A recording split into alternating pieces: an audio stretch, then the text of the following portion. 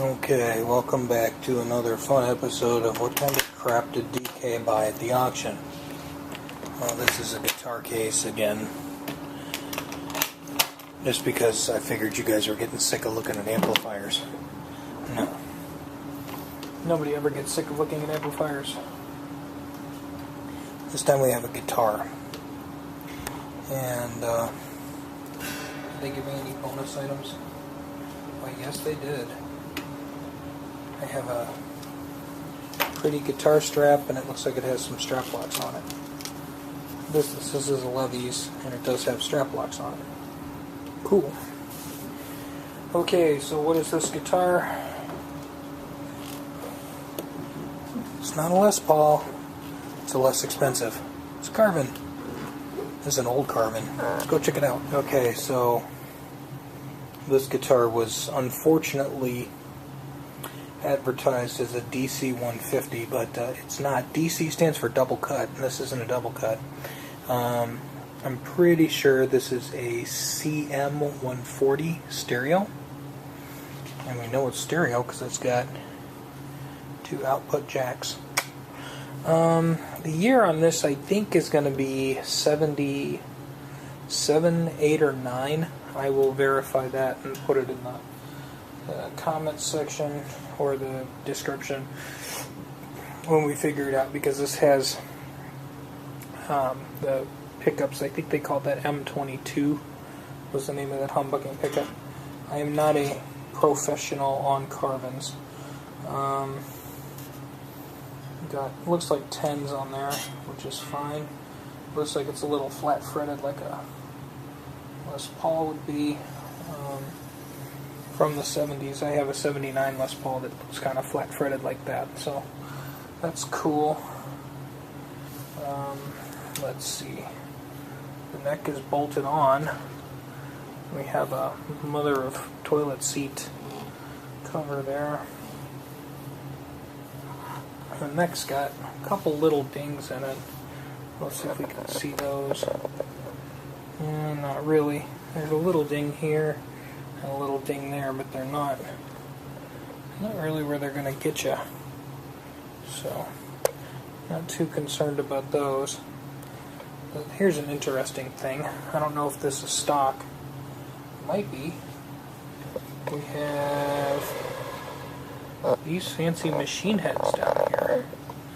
They say that they are Spurzl, and they're marked as Spurzl, and they say USA. Yeah, Spurzl USA. These are a locking tuner, so I think let's see, turn them, and does that lock them so you can't turn them anymore?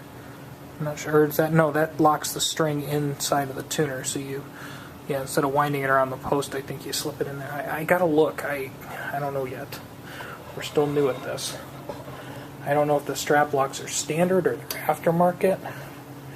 And I don't even know if the electronic does work, so I know, isn't it great? I go out to an auction and buy a bunch of crap and I don't even know if it works.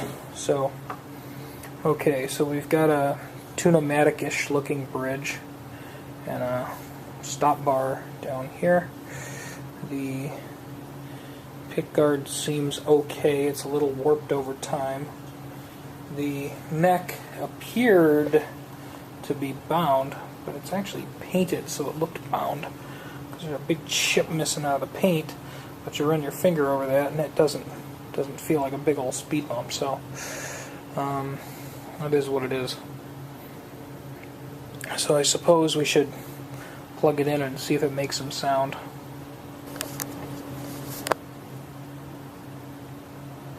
Okay, I'm trying to see if our amplifier is warmed up. There we go. That's a little RTL1 I got sitting down there.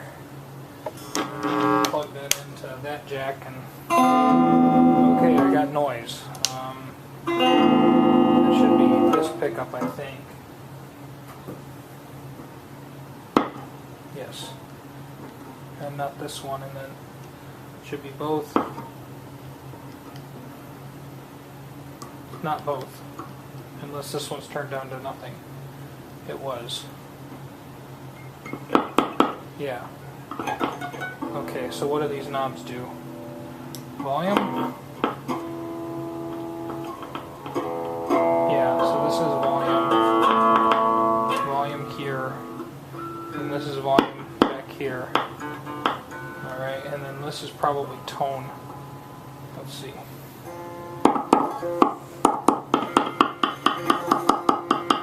Okay. So that's apparently the mono jack that I'm plugged into, which is fine. And then I have no idea what any of these switches do.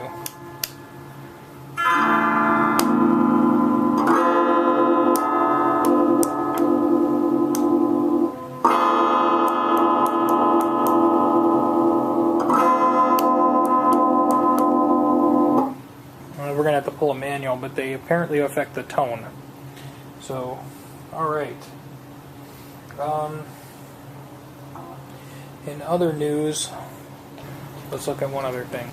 I don't know if this was one of the later ones where Carvin was making their own necks or they were buying them from Hofner at the time, but this has a 0 fret, like a European guitar. Which if they bought the neck from Hofner, that would explain it. And if they didn't buy the neck from Hofner, then they learned probably from Hofner about that. But I actually like very much guitars with 0 frets. It's just so much less of a pain in the rear than having to trim and adjust a nut. So I guess we'll get the yucky strings off of here and get some fresh ones on there. Okay, so those are indeed locking tuners. You just unscrew the bottom, the wheel, and then the string just pops out. And then because the string just hooks over the stop bar in the back, that's how easy it is to take the strings off and change them. How cool is that? Well, we've got a lot of gunk on this neck. You can probably see by the stuff here. So we're going to be doing this, the cleaner and the brush. And we're going to try to clean up as much junk as we can off of this guitar. We're going to try to get the chrome as clean and shiny and take as much wear off of this guitar as we can, or I shouldn't. Now, of course, there's probably somebody saying that I'm erasing its mojo by cleaning it, but I hate to tell you, dirt isn't mojo. Scratches and dings might tell a story, but somebody's bodily functions on a guitar are just gross. Inlays actually look pretty cool. Look at all these brown bubbles. See, this is why we do this. Nobody wants to own a filthy guitar. And if I love this guitar, maybe it will go into my collection to replace something else, but or maybe I'll play a show with it just for fun. But we'll scrub all the garbage out of it and clean all the dirt up, and then we'll come back. Okay, in the process of cleaning here, you can tell these are not the original tuners because there's wood filler there on some holes. So whomever installed the locking tuners was at least courteous enough to fill the holes there from the old ones. So it actually looks very nice. It had me going for a few minutes. And we'll continue cleaning the dirt up. Okay, so pretty much all the crud has been cleaned up. I'm pretty sure that was on that way with the screws facing that way. I know Gibson likes to face them that way. Technically it doesn't really matter as long as everything's, you know, right with the world. So yeah, I guess we can put some strings on it, and then we'll check the action and twiddle with it if we need to a little bit. Being a bolt neck, if we have to shim the neck, we can, but I don't think so. I think everything's pretty kosher with this guitar. So, yeah, so far this stuff all came from the same dude. So, you know, this guitar is like nearly 40 years old, and it's just, you know, it's not perfect. It's a little checked and stuff, but this looks like a guitar that somebody really, you know, actually liked. you know, and probably played. The frets do have some miles on them, but they're not abusive. I mean, I run my finger down them, I can feel the spots, but they're not, you know, horrible speed bumps that say redress the frets immediately or the world will come to an end. So that's great. A little fretboard oil on that. I don't know, is this rosewood? It's a little dark even for rosewood. I don't know if this is something else. It's just a dark rosewood, or maybe it's ebony. Maybe it's ebony. I don't know. I wouldn't think. I mean, these in their day, when this was new in the 70s, this was probably what their recommended list price was, like $700-800, and then they sold them factory direct for like, I don't know what, $400-ish. There's a place online that's got all this information on Carvin stuff, and we'll probably go there for a manual and some information on what the controls do. But at this point, we're just trying to get this into sellable shape. Let's get some strings here. Yeah, I was thinking I do have a set of 10s for this, but I think I'm going to put 11s on it because it lets me set the action a little bit lower, and you know, I don't know. My MO is always, you know, set something up the way I like it, and if I like it, everybody else seems to like it. And it's funny, I know there's kind of a thing where 10s are supposed to be the strings, but almost all of mine have 11s on them, and everybody who picks them up goes, "Wow, that's amazing! How'd you get the action so low? That plays so great. It's so loud." And so, yeah, and there's no magic secrets to this. It's just trying to get a good setup, and having good intonation is very critical. So we will be putting this on the stroboscope because this has intonation tweakability, unlike what the acoustic guitar has, which does not have intonation tweakability. So put a string on there, bring it on the bridge, bring it up to the top, and essentially we should, this isn't going to help you not be able to see what we're doing here because this is the Spurzl locking tuner. Okay, I got a great idea. Let's kick our tripod over. So what you do with these Spurzl locking tuners is you just put the string through the hole, wherever the heck that's at. Can't even see it now. Should be roughly front to back here. Come on, go in there. Play ball with me.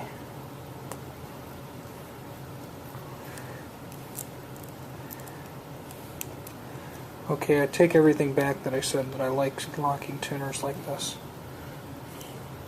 There we go. And you just pull it through. You don't want to pull it real tight, just kind of pull it through loose-ish. And then turn this part tight underneath. Turn that knob till it's tight. And then we can rotate that around. And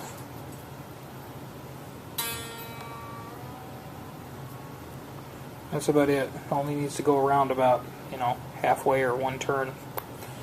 That's it. So let's finish this up. Okay, so I got new strings on it, and of course this would not be a Dead Kobe video if we didn't have a Con stroboscope in it, because the Con strobo tuners and the Strobocon and all of those are my absolute favorite tuning mabobs. Adjust our calibration just a little bit.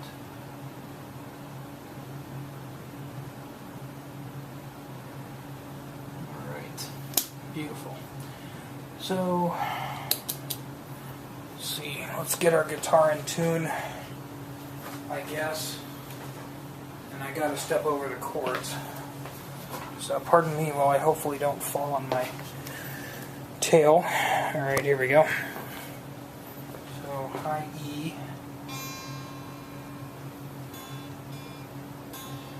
is way low because it's not even registering.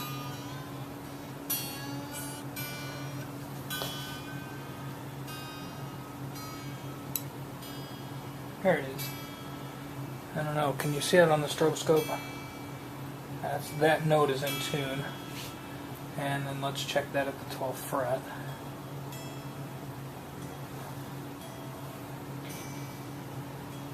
That looks beautiful.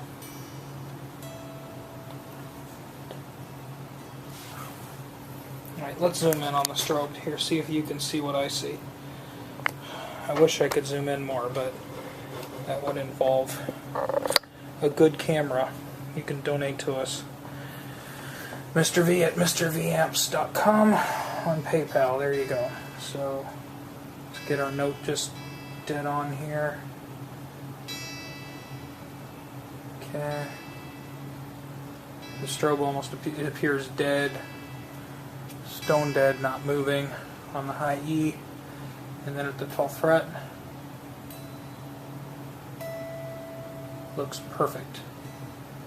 That's a beauty. So let's do the low E. Let's get that note back up here. And of course we know the neck's going to move a little bit. We'll probably have to redo this again. Okay, the gear ratio on this tuner is a pain in the butt.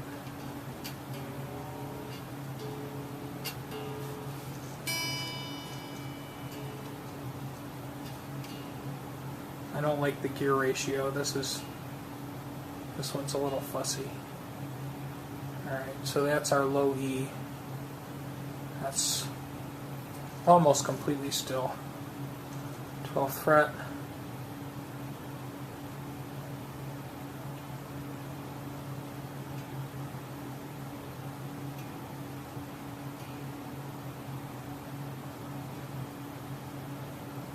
Runs a little flat.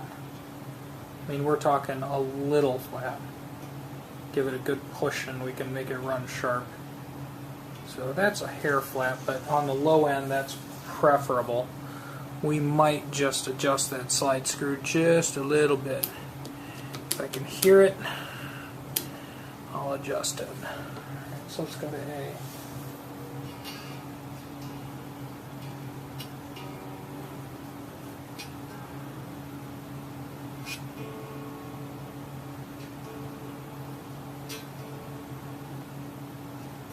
I'm still showing you the stroboscope up close.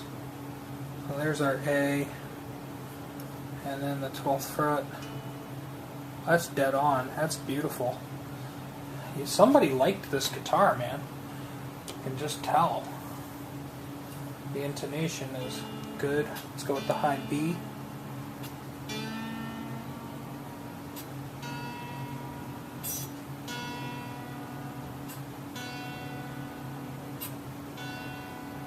I know looking at a stroboscope is probably getting boring. We'll probably zoom out a little bit.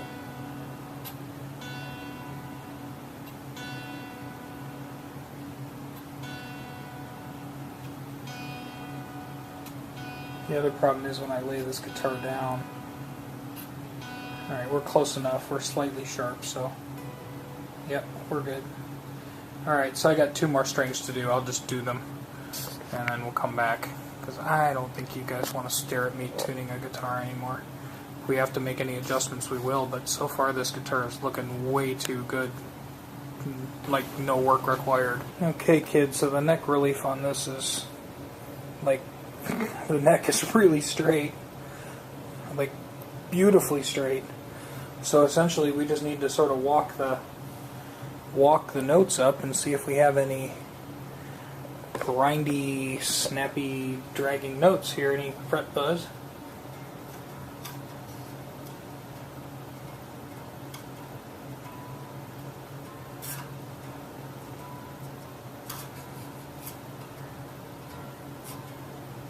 The only fret buzz I'm hearing is a result of me.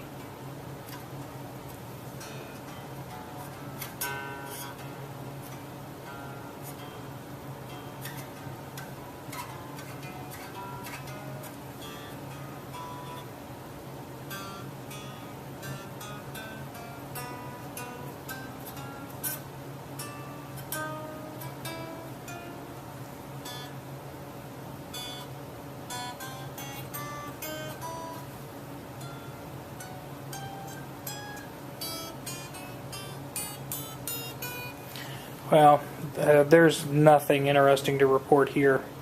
This thing is working like a charm. It's pretty well set up right out of the gate, so we gave it a bath and then we double checked a few things.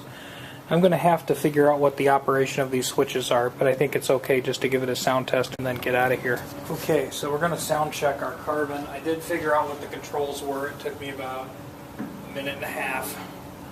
Okay, so we're plugged into the Vox Nitrain 15 Generation 1. Pickups. This first switch is a phase switch and puts the pickups out of phase. Okay,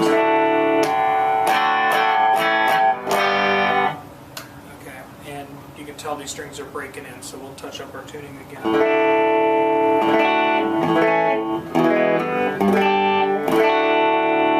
So if I put on just the neck pickup, the switch doesn't affect the sound, or if I'm just on the bridge pickup, it doesn't do anything. But if they're both on together, out of phase. Okay, got that. This second one should be, well, first of all, it doesn't do, this second one here doesn't do anything to this pickup. So I've determined that it is a phase, not a phase, a coil tap or split for the neck pickup. And then this is the coil tap or split for the bridge pickup back here. So now that we've determined that, I suppose we can do a little, play a little rock and roll. So I'll touch up the tuning and then we'll try it here. Okay, so it's a rock and roll guitar, so we gotta play rock and roll.